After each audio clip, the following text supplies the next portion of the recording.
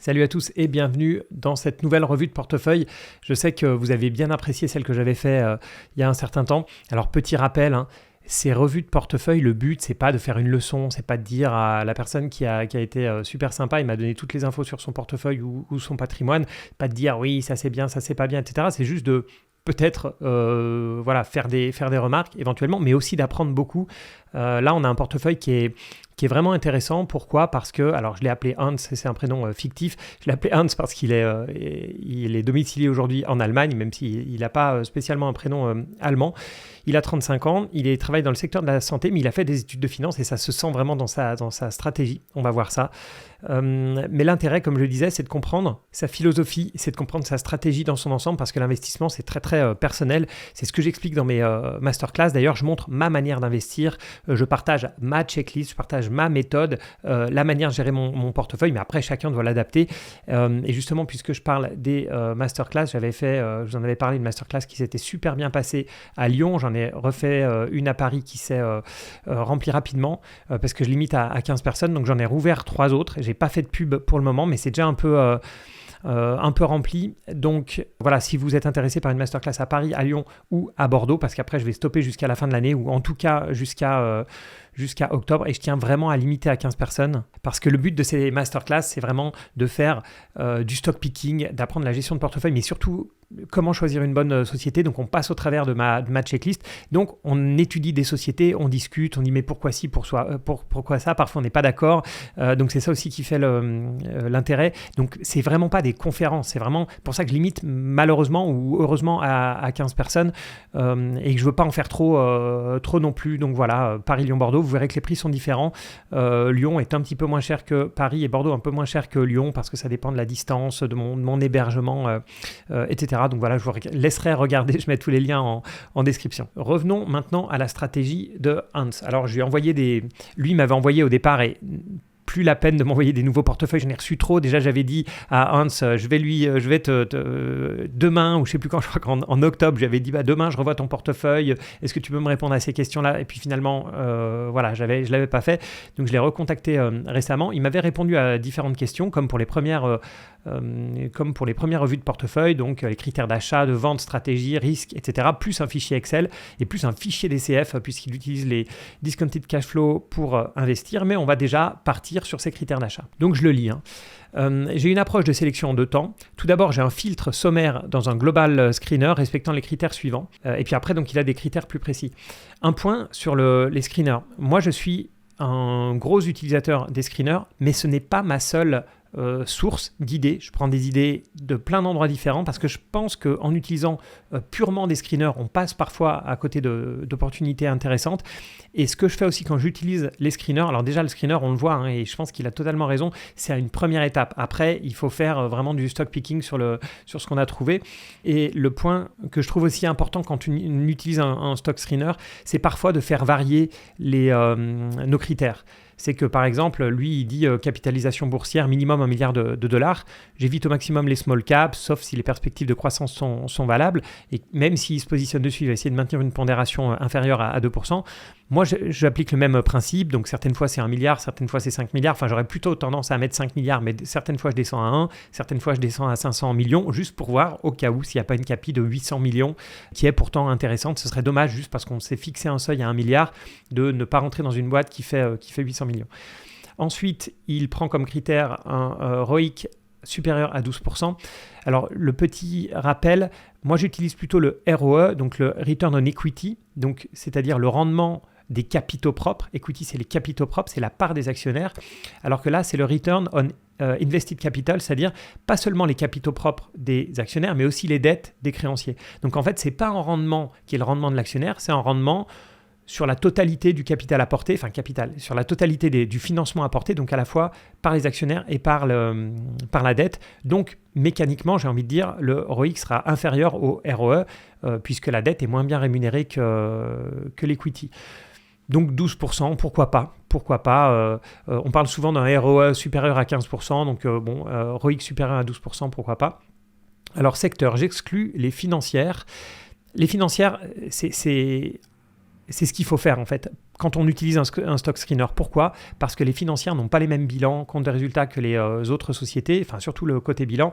Donc si on commence à utiliser des critères, notamment bilanciels, sur des bancaires, par exemple, parce que ça dépend ce qu'on appelle financière. On peut très bien mettre MSCI, Visa, Standard & Poor's, etc., qui ne sont pas des pures financières, mais quand c'est des bancaires, effectivement, le stock screener est difficile à utiliser en même temps. Utilities, je ne sais pas pourquoi. Utilities, vous savez, c'est ceux qui fournissent l'électricité, l'eau, etc. Je ne sais pas pourquoi bon, voilà, c'est un choix. Ainsi que tout ce qui est SIN sectors, donc entreprises opérant dans les secteurs armement, défense, tabac, alcool, jeux de hasard, industrie polluante, c'est parfait. Il investit en accord avec ses valeurs. Alors j'évite certaines économies avec des monnaies locales non convertibles, ayant fait face historiquement à une forte dévalorisation ou inflation. Argentine, Turquie, moi j'ai le même point de vue. Il y a des très bons investisseurs du type Monish Pabrai qui au contraire font des gros paris sur la Turquie, enfin plutôt sur les entreprises qui facturent en dollars et qui sont en Turquie.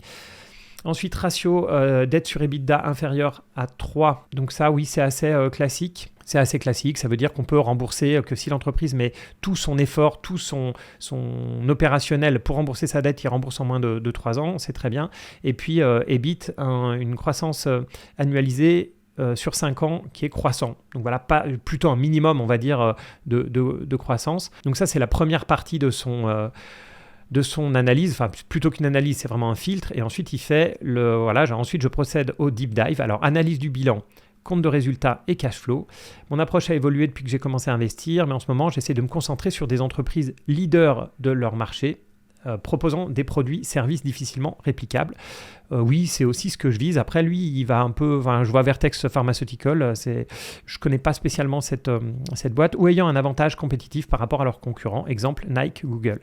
Donc oui, moi aussi, je cherche des leaders sur leur marché. D'un point de vue critères financiers, je regarde les ratios classiques PER, plutôt le forward que le backward, c'est-à-dire qu'il va utiliser un PER qui va utiliser les estimations de bénéfices futurs plutôt que passés. Moi, je suis mitigé avec ça. Moi aussi, je regarde le PER 2024 au moment où je tourne cette vidéo, donc des PER basés sur les estimations des analystes, mais on sait que les analystes, ils font beaucoup d'erreurs aussi. Donc moi, j'aime bien regarder principalement le PER pas l'estimé, donc l'actuel, avec les derniers résultats, c'est principalement ce que je regarde.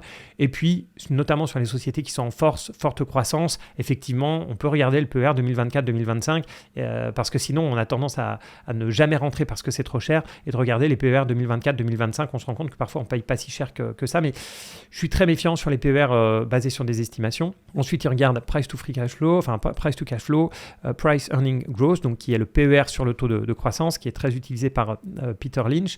On l'a vu, le rendement sur les capitaux investis. Et puis EV sur EBITDA. EV sur EBITDA, c'est comme le PER. Le PER, c'est la capitalisation boursière sur le bénéfice. Donc, c'est une vision actionnaire à nouveau. La capitalisation boursière, c'est ce qui est détenu par les actionnaires et les résultats, c'est le résultat de la boîte. Alors que EV, c'est Enterprise Value, c'est-à-dire les capitaux propres plus la dette. Donc, on parle vraiment de l'entreprise dans son ensemble, divisé par l'EBITDA, donc en gros le résultat d'exploitation. C'est vraiment important de comprendre cette notion de partie actionnaire, capitaux propres ou capitalisation boursière, ça dépend si on a une vision bilan ou marché, et puis Enterprise Value, EV, donc qui est la partie vraiment totalité de... Pour revenir sur le côté ROE ou ROIC, c'est comme si vous achetez un appartement, vous achetez un appartement d'1 million et vous mettez 10% d'apport, vous mettez 100 000 d'apport. Si vous avez une approche plutôt actionnaire, vous allez calculer votre rendement sur les 100 000. Si vous avez donc ça c'est plutôt une approche ROE. Si vous avez une approche ROIC, vous allez plutôt regarder votre rendement sur la totalité de l'investissement, donc les 100 000 d'apport et les 900 000 de dette. Sachant que les entreprises sont très très rarement endettées comme en immobilier, donc on va être plutôt dans du 50-50 de dette equity ou beaucoup moins de dette. Et lui, vu qu'il regarde la dette, je pense qu'il a des entreprises qui sont moins endettées que ça. Mais voilà, c'est important de comprendre cette notion.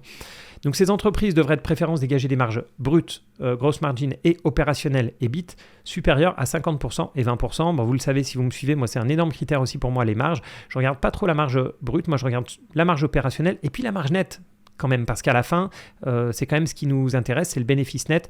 Donc voilà, mais une marge opérationnelle de plus de 20%, oui, c'est à peu près peut-être ce que je regarde. Moi, je n'ai pas de critères fixes, mais voilà. Donc, il dit, pour moi, c'est un indicateur que l'entreprise a un pricing power solide. On est totalement d'accord là-dessus. Niveau d'endettement sain, niveau de stock-based compensation raisonnable, c'est-à-dire que la société, j'en avais déjà parlé dans une autre vidéo, n'est pas en train d'émettre des titres à tout va ou des stock options pour rémunérer ses dirigeants ou ses équipes.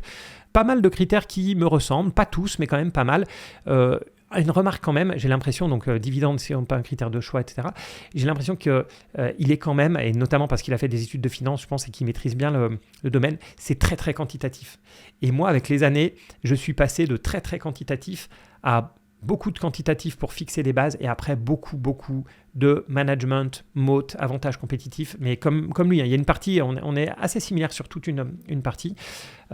Et ensuite, il dit que pour lui, c'est important que la valeur intrinsèque résultante de son calcul DCF, donc DCF, je vous rappelle, c'est Discounted Cash Flow, on le verra tout à l'heure, il m'a donné un fichier Excel. Donc, il utilise un fichier Excel, il actualise les flux futurs pour trouver un prix. Donc, il a vraiment un cours de bourse qui lui dit, voilà, la valeur intrinsèque, c'est ça. Et donc, ce fichier lui sort une décote, enfin, ce qu'il veut, c'est une décote minimum de 30-40% avant de se positionner. Et il veut que la volatilité totale de son portefeuille soit légèrement en dessous de 1. Ensuite, les critères de vente, après on passera à son portefeuille. Critères de vente, chaque valeur est plus ou moins unique. Il y a des valeurs que je détiens dont j'ai de fortes convictions vis-à-vis de leur perspective de croissance future et leur impact disrupteur dans leur secteur type Google, Amazon, Vertex. Donc je n'ai pas d'horizon de détention. Oui, moi non plus, je n'ai pas d'horizon, mais enfin bon, voilà, si la croissance commence à souffrir, s'ils ne sont pas si disrupteurs que ça, forcément, il faut se poser des questions. Sur d'autres valeurs, il essaie de se fixer un horizon de 3-5 ans pour atteindre leur price target. Donc ça, c'est typiquement plutôt une approche value, ou en tout cas quand on essaye d'acheter pas cher pour atteindre un certain prix. Donc il se fixe le prix avant de vendre, ce qui est très bien. Si le prix de l'action est atteint avant cet horizon et que la valeur de l'action devient outrageuse, c'est marrant. Par exemple, EV sur EBITDA moyen sur les 10 dernières années qui passe de 10 à 25. L'autre cas de figure, ce sont les ventes pour ajustement de la pondération de mon portefeuille. Donc ça, j'imagine que c'est des ventes partielles. J'évite que mes valeurs représentent plus de 10% de la taille totale de mon portefeuille, sauf pour l'ETF MSCI Monde que j'ai vu dans son portefeuille. Voilà, bon, il fait des rebalancements après, ce qui est très logique. Donc, il voit sa stratégie comme une stratégie semi-passive. Alors là, ça m'étonne énormément parce que moi, semi-passif, pour moi, dès qu'on fait du stock picking, et lui fait du stock picking, c'est tout sauf semi-passif, à moins, et encore, même moi qui ai une approche très très qualité, c'est-à-dire que j'évite toute cyclicité, j'évite le value, j'évite tout ça, je prends vraiment des bulldozers qui sont hyper stables, et même ça, je considère que c'est une approche active. Donc j'ai du mal à voir comment il peut se considérer comme semi-passif. Je pense que ce qu'il veut dire par là, c'est une approche long terme. Et là, je suis d'accord. Donc une approche GARP, Growth at Reasonable Price, donc à nouveau un concept tiré de Peter Lynch, vous allez voir que c'est important pour lui, enfin, c'est une source d'inspiration, avec un objectif de pondération par action, celle que Peter Lynch détaille dans son One Up on Wall Street. Donc il y a effectivement, j'ai repris vite fait le bouquin de Peter Lynch. Donc Peter Lynch a 6 catégories. Hans m'en a cité que 5. Donc il m'a cité les slow growers, les turnaround, les stalwarts, les cycliques, les fast growers. Et ce qui lui manquait et que j'ai retrouvé dans le bouquin, c'est les asset play. Donc en français, on va dire qu'il y a les croissances lentes, il y a les redressements, il y a les robustes, piliers, etc. Les cycliques, les croissances rapides et puis les asset play qui sont les values. Voilà, on achète des valeurs qui sont décotées. Changement de style. Au départ, j'avais pour but d'investir avec une approche passive value. Alors ça, on ne peut pas faire plus opposé pour moi. Il n'y a pas moins passif que value. Pourquoi ? Parce que comme je vous disais, moi qui investis dans des boîtes de qualité, quand j'ai mes Microsoft, Visa, Mastercard, peu importe, je cite souvent ces titres-là parce que pour moi, c'est les titres les plus quality qui peuvent exister. Quand on a une boîte comme ça, on se doute que Visa ne va pas avoir 20% de chiffre d'affaires en moins. Elle est tout sauf cyclique. Je ne l'achète pas parce qu'elle n'est pas chère. Donc, je ne suis pas en train de la surveiller tous les jours pour m'assurer qu'elle atteint bien le prix, etc. La partie value, on achète une boîte parce qu'elle n'est pas chère. Donc value, il y a 2 scénarios, en gros. Il y a 2 scénarios. Il y a le scénario, j'ai cru que je l'achetais pas cher, mais en fait j'ai acheté une daube. Okay, ou alors, j'ai vraiment acheté une valeur pas chère. Et dans les deux cas, il faut la surveiller. Parce qu'il faut surveiller que ce ne soit pas une daube. Et il faut surveiller, si c'est une vraie valeur que j'ai achetée pas cher, il faut surveiller qu'elle n'atteigne pas son prix, sa valeur intrinsèque. Ou alors, si elle l'atteint, il faut que je refasse mes calculs de valeur intrinsèque pour voir si la valeur intrinsèque n'a pas monté, si ce n'est pas toujours une boîte value. Donc pour moi, value, c'est tout sauf passif. Et c'est d'autant moins passif que value, ça demande énormément de boulot. Parce que pour être sûr qu'une valeur soit bien décotée, alors que tout le marché mondial pense que le vrai prix, c'est celui qui est sur l'écran, ça demande beaucoup de travail. Donc à nouveau, je pense qu'il y a une petite confusion passif-value. Ou sinon, c'est qu'il ne faut pas qu'il fasse de value parce que ça demande d'être vraiment réactif. Tu pourras le constater à travers mon historique de transactions où tu trouveras qu'entre 2020 et 2021, je détenais des valeurs type Coca, Procter & LT, Income, en plus de MSCI World que j'ai toujours. Donc en gros, après, ce qu'il explique, c'est qu'il applique principalement Peter Lynch. Voilà, il prend beaucoup de plaisir, ce qui est le top dans la phase de recherche, lire le rapport annuel, les présentations des quarterly earnings, etc. Sachant que j'ai enlevé le poste dans une multinationale américaine. Cet exercice me sert aussi d'inspiration. Ok, super, on va passer. C'était quoi la suite ? La suite, les risques, on va regarder ça vite fait. Donc il se met une aversion au risque à 7 sur 10. Il dit je ne vais pas mettre tout mon argent sur une small cap ou une boîte qui vient de s'introduire en bourse. Bon, ça on l'avait un peu senti. Il prend quelques risques comme Coinbase, c'est très logique. Prêt à prendre un risque calculé tant que l'entreprise présente des fondamentaux solides avec un avantage compétitif certain. Ce qui pour moi est pas, voilà, on a la même approche du risque. Je pense que c'est une approche du risque, un 7 sur 10. Voilà, je pense qu'il a le bon jugement. Et ensuite, on va passer à son portefeuille. Le voilà. Alors, un petit point de vue rapide sur son portefeuille, son patrimoine. Donc, il a les actions qui représentent, en fait, il y a du cash, j'ai vu en plus, donc c'est un peu plus que ça, c'est 61 000, je crois. En gros, 60 000 de portefeuille actions, SCPI pour 25 000 euros. Il lui reste des stock options de son ancien employeur, de ce qu'il m'a indiqué, et il fait de la location meublée non professionnelle pour un petit appart pour 230 000. Voilà, donc 320 000 de patrimoine, c'est super. Il m'a donné un gros fichier comme ça, gros fichier, je l'ai résumé ici, en plus gros, en fait, pour qu'on puisse voir la même chose. Alors, la plupart de vous qui m'écoutez, vous êtes influencés par moi et par les autres personnes que vous écoutez, mais ceux qui me regardent beaucoup, je vois bien, certaines fois ils me donnent leur portefeuille et puis ils me donnent leurs critères, puis je dis ouais ok ça me ressemble beaucoup. Et là ce qui est marrant c'est que quand j'ai vu ce portefeuille la première fois, je me suis dit mais c'est bizarre parce que en fait il me donnait des critères qui étaient pas mal dans mes critères à moi, et finalement quand je regarde ce qu'il a, et c'est rare, c'est vraiment rare c'est rare, on n'a aucune valeur en commun.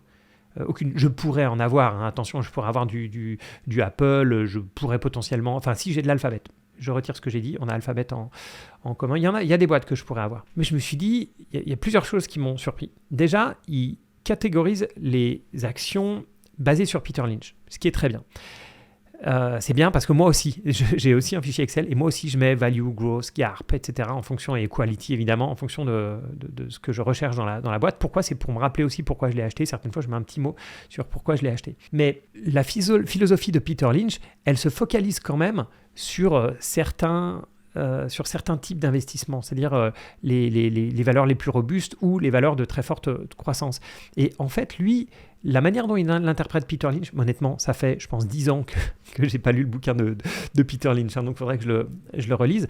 Mais lui, c'est un peu comme s'il essayait, à part la partie value, parce qu'à nouveau, la partie value, c'est asset play dans le bouquin, à part la partie value, il a des cycliques, il a des valeurs piliers robustes, il a des croissances lentes, il a des croissances rapides, et il a un peu de tout en fait. Donc je me dis, en fait, Peter Lynch pour lui c'est plutôt une manière de classifier les valeurs plutôt que de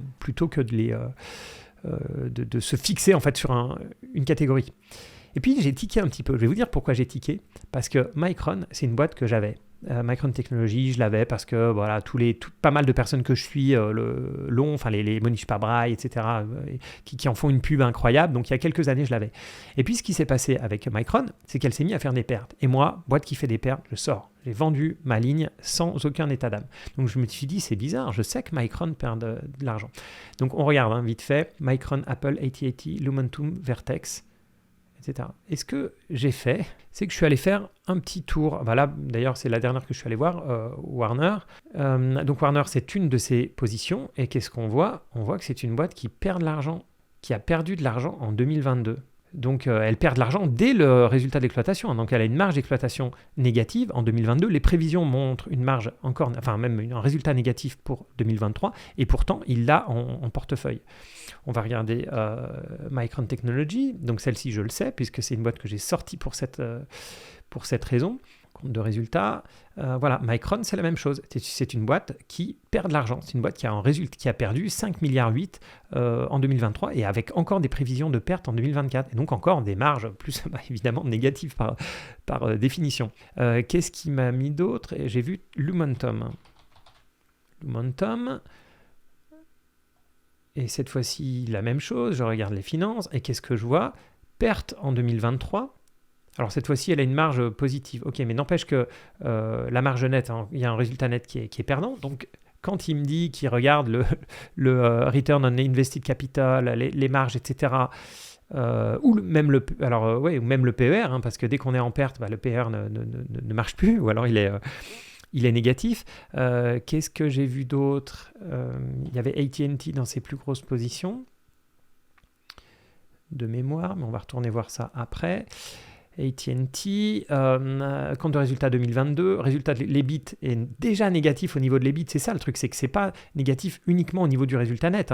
C'est que même la marge, ils n'arrivent même pas à gagner de l'argent en exploitation pure. C'est pas lié à de l'exceptionnel ou autre.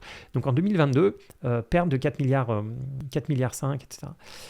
Et là, il a commencé à m'apparaître que finalement, la stratégie de Hans me plaît plutôt pas mal. On a pas mal de critères qui sont en commun. Et en fait, ce qui se passe, c'est que les critères ne sont pas appliqués. Donc, ils ne sont pas appliqués où? Ils ne sont pas appliqués sur... j'ai pas parlé des deux premiers qui sont des ETF MSCI Monde et Nasdaq, ce qui est bien. Alors, il m'a expliqué que le Nasdaq, c'était pas un choix, c'était pour... je crois qu'il a un enfant, il a eu un enfant récemment, donc c'était pour son enfant, ce qui est super d'investir pour les enfants, j'adore ça. Je trouve qu'il n'y a pas plus motivant. Donc, si on enlève ces deux-là, Micron, c'est sa plus grosse... c'est pas classé, pardon. Mais donc, on va dire que là, Micron perd de l'argent, AT&T perd de l'argent, Lumentum perd de l'argent. Donc Vertex, j'ai regardé vite fait, ça en perd pas, mais j'ai pas passé toutes les boîtes. Warner perd de l'argent, donc après il a de l'Alphabet, ok, donc il y a quand même une pondération, mais c'est aussi que c'est les boîtes qui ont le mieux performé. On voit AT&T a fait moins 20%, je sais pas si ça doit être depuis l'achat, j'imagine. Warner pareil, moins 34%, et j'ai l'impression qu'il n'ose pas se couper le bras en fait. Mais moi, quand mes critères sont plus respectés, je coupe directement. Alors j'ai pas fait toutes les boîtes, mais quand même on voit qu'il y a un petit... il y a un petit sujet là-dessus, Newmont Mining. Alors Newmont Mining, je regarde les finances. Pourquoi je regarde? C'est pareil, parce que je me doutais que ça allait pas passer la marge en fait, et je vois qu'en 2022, à nouveau, on est en perte. On est en perte 2022, et même plus tard, on a une marge d'exploitation qui ne respecte pas ces critères. Donc voilà, il y a quand même un truc. Il y a quand même un truc.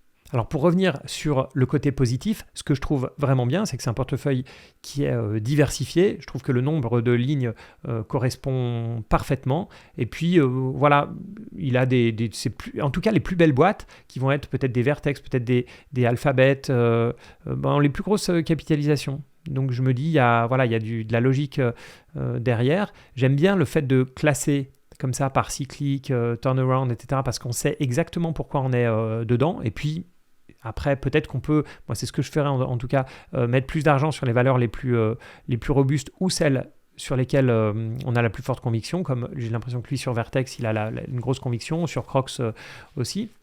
Crocs qui est une très belle valeur, qui tombe à chaque fois dans mes screeners, qui remonte parmi le top de mes screeners, même quand je suis dur, même quand je mets des critères hyper agressifs. Mais voilà, j'ai du mal, je trouve que c'est un peu monoproduit, je ne suis pas forcément un grand fan des produits en question, mais critères 100% qualitatifs, Crocs, ça a l'air vraiment très très bien. Donc, diversifier, classification, ok. Après, il y a un gros problème entre la stratégie et l'implémentation de la stratégie. J'ai pas vu ça avant de me pencher sur son fichier Excel, vraiment sérieusement. Enfin, sur le fichier Excel, il n'y a rien qui m'a choqué, à part le fait qu'il y ait très peu de valeurs qui, dans ma tête, étaient des valeurs vraiment, vraiment sympas. Et donc, c'est en regardant dans le détail que j'ai vu que une grande partie, peut-être la moitié des boîtes du portefeuille ont perdu de l'argent en 2022. Ce qui va totalement à l'encontre de certains de ces critères. On est complètement d'accord. Hein. Il cherche une rentabilité des capitaux investis minimum de 12%. Là, on est à zéro, on est en négatif. Hein. Donc, je pense qu'il y a soit un problème d'implémentation, c'est-à-dire que la stratégie est bonne au départ, mais au moment de l'achat, il y a d'autres critères qui prennent le dessus, d'autres critères que ces critères qui ont été soi-disant gravés dans le marbre. Ça, c'est la première possibilité. Et la deuxième possibilité, peut-être, je pense que c'est celle-là, c'est qu'au moment où les critères se retournent, au moment où la boîte ne rentre plus dans les critères, on garde. Et le tarif, quand on garde des boîtes qui n'ont plus nos critères, c'est du moins 20% sur AT&T, c'est du moins 34% sur Warner, c'est du au moins 18% sur Newmont.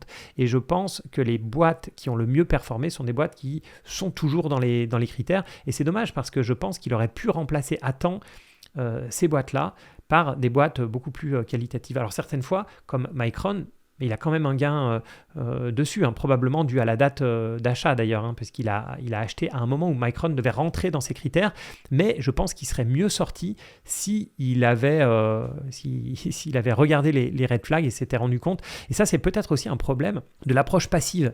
Vous vous souvenez, au début, il nous disait « ouais, j'ai une approche passive, semi-passive, etc. » Et pour moi, ça ne va pas avec le stock picking, parce que le stock picking, on doit surveiller ces titres. Et là, j'ai l'impression, donc, soit il y a un problème à l'achat, soit il y a un problème au niveau de la surveillance, et il n'a pas surveillé qu'il y a la moitié de ces boîtes dans le portefeuille qui ont perdu de l'argent, concrètement, qui ont perdu de l'argent en 2022, alors que lui, il a non seulement des critères de rentabilité au-dessus de zéro, mais plus que ça, une rentabilité plus, quoi. Donc voilà, pour moi, il y a encore quelque chose à faire là-dessus.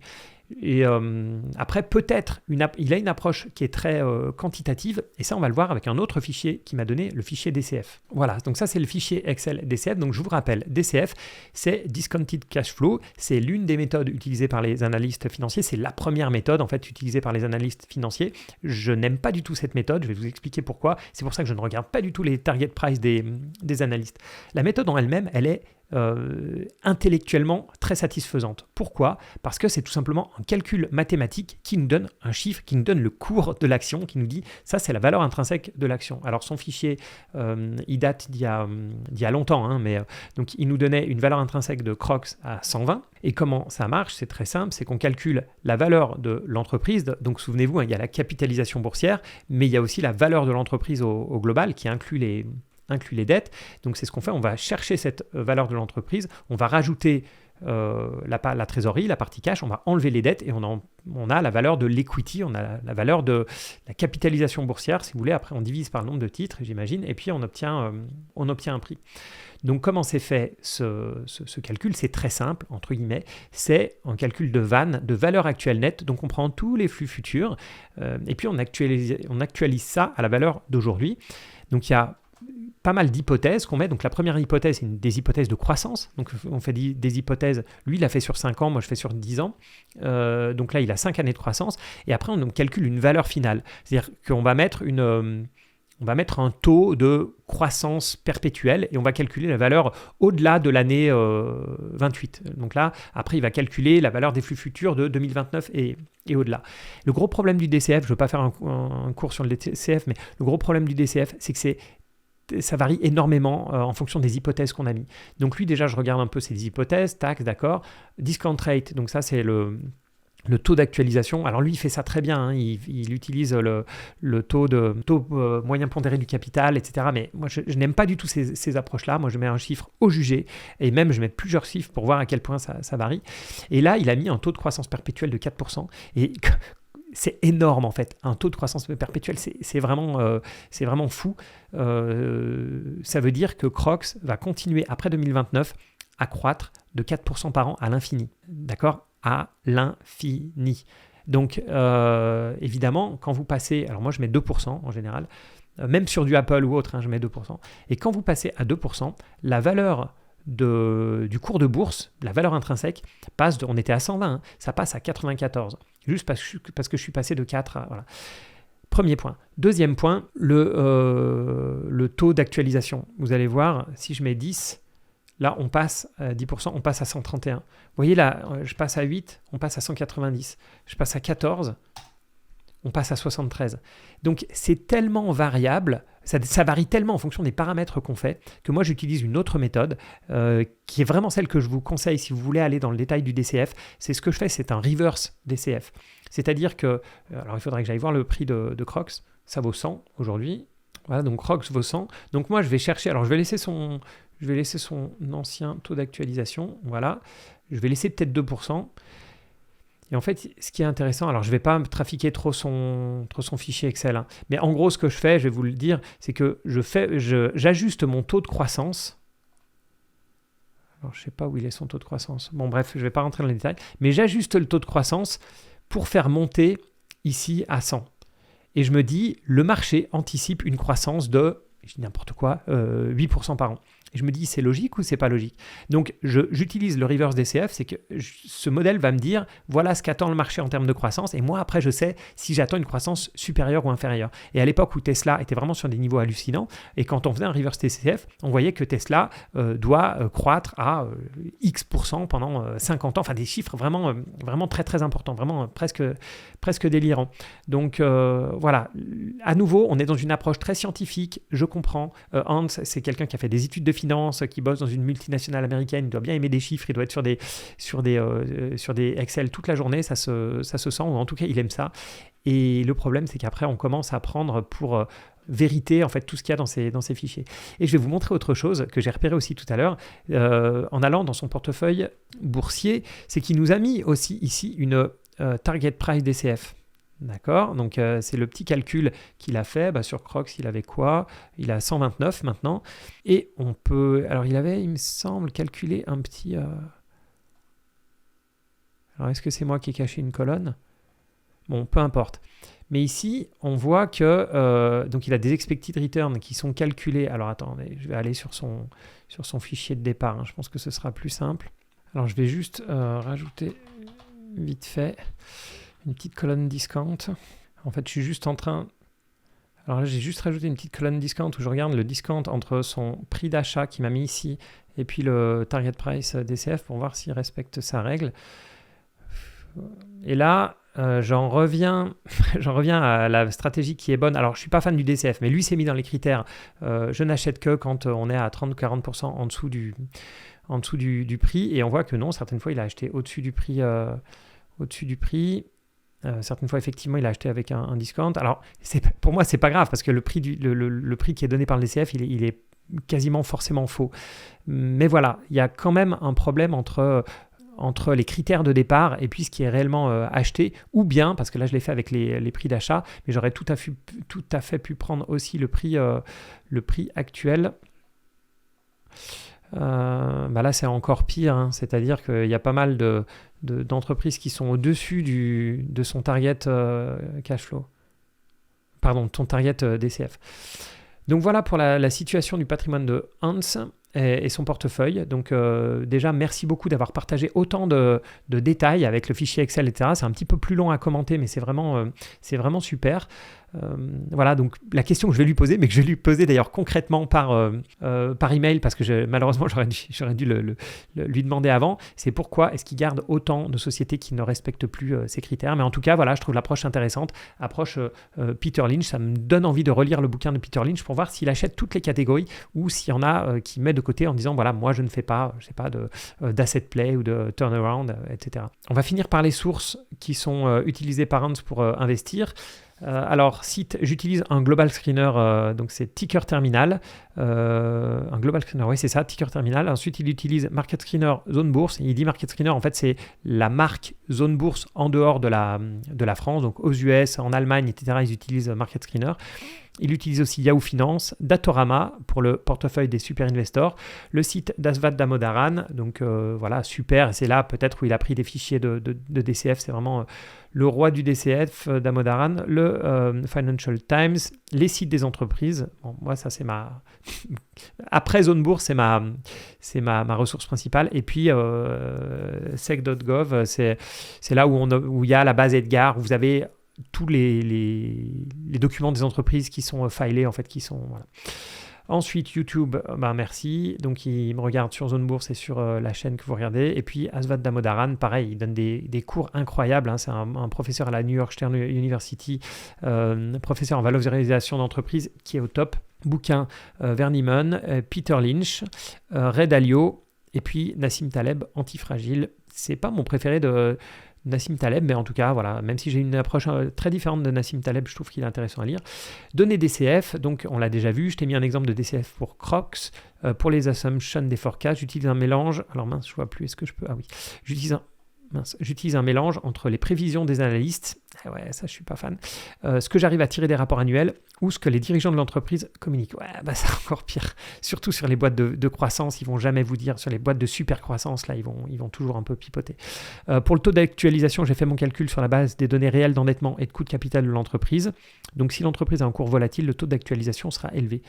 Si on parle d'une entreprise d'un secteur défensif, ce sera le contraire. Voilà, je suis très, très, très méfiant du DCF malgré sa beauté théorique. Voilà, merci beaucoup pour votre suivi, parce que ça fait combien de temps? Moi, ça fait 40 minutes que j'enregistre, donc avec les quelques coupes, on va peut-être être à 35 minutes. Je vous rappelle, en lien, les masterclass, parce qu'après, je vais me calmer pendant plusieurs mois jusqu'à la fin de l'année. Voilà, merci à tous ceux qui ont réservé les masterclass. J'ai hâte de vous voir bientôt, donc soit fin janvier, soit début février. Super, merci beaucoup à Hans pour son portefeuille, c'est super intéressant et je vous dis, ne m'en envoyez pas, en tout cas, sauf si vous avez vraiment des approches qui sortent de l'ordinaire, mais si vous avez 4 ETF en portefeuille en DCA, voilà, c'est pas forcément la peine. Là, je trouvais vraiment sympa d'avoir une approche Peter Lynch un peu différente et puis j'ai eu la surprise, en regardant en détail, de voir une petite différence entre les critères théoriques et ce qui est rentré en réalité ou ce qui reste dans le portefeuille. Voilà, merci à tous et à bientôt, ciao.